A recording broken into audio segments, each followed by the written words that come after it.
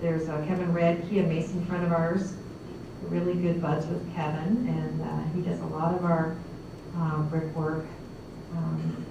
The brick walkways and driveways have almost all been done by Kev.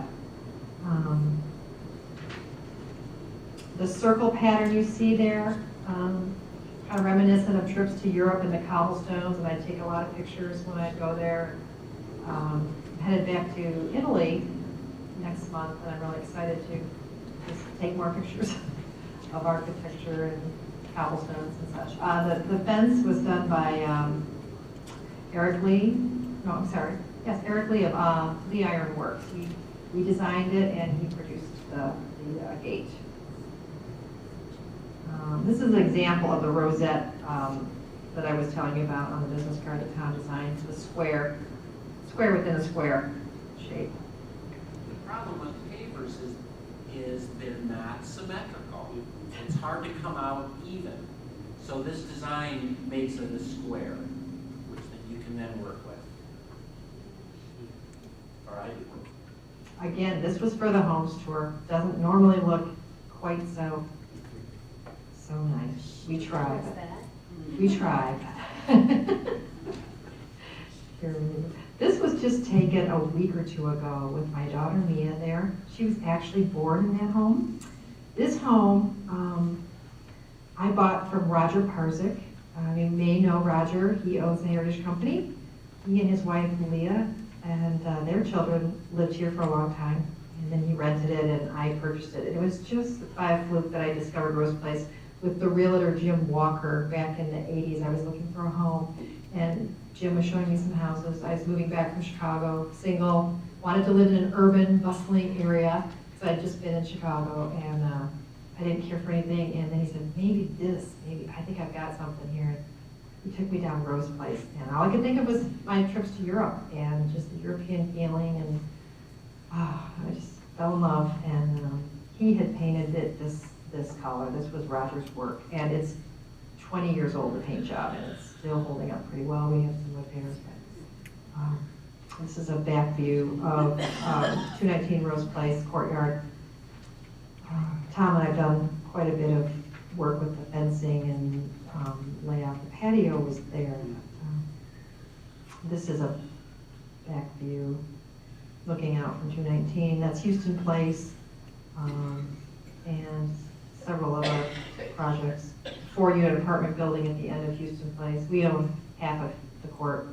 And it was important to us to try to create some playground space, green space, common space, someplace where people could breathe, kids could play. And we did actually take a house down there. It's not an historic district, and so our house came down to make that spot. Another Western graphic design major, actually, helping out. Martha Perrette passed away. She was our neighbor, and she was very interested in the street happening, the enhancement project. She was born in about 1912, and she said, I feel sorry for you young people.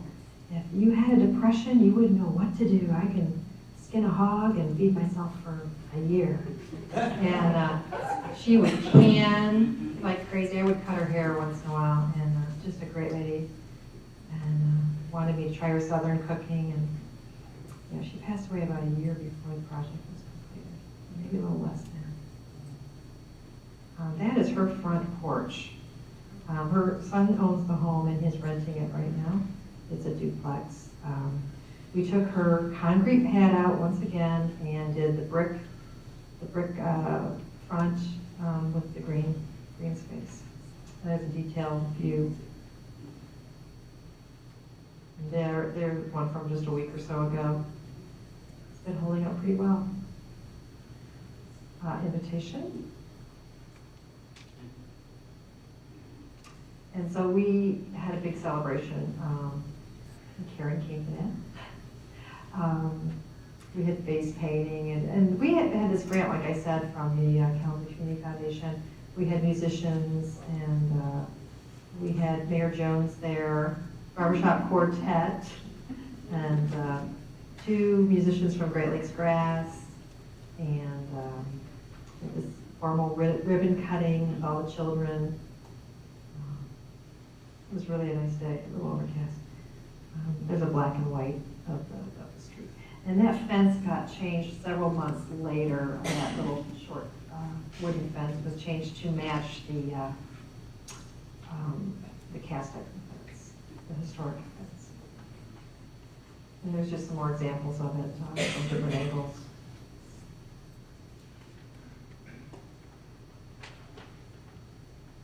That's about it. No? Okay, there's a few more. What's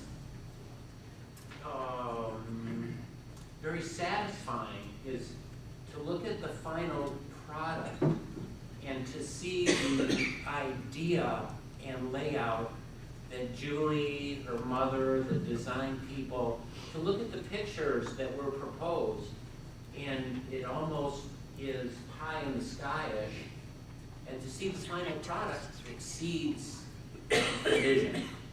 And that was the result of a lot of work. A lot of work. A lot of preparation, a lot of greasing the squeaky wheels. And a lot of fun collaboration with partners all over the city. The engineers were wonderful, the city planning people, and going door to door to some of the foundations and talking to people about our project. They were very excited and very gracious to hear our story. And we have a really lovely project to be proud of. And so we hope that you can come down and see it on Thursday, the 4th of June, 7 to 8 o'clock. So we'll take questions. I think there's probably going to be a few questions.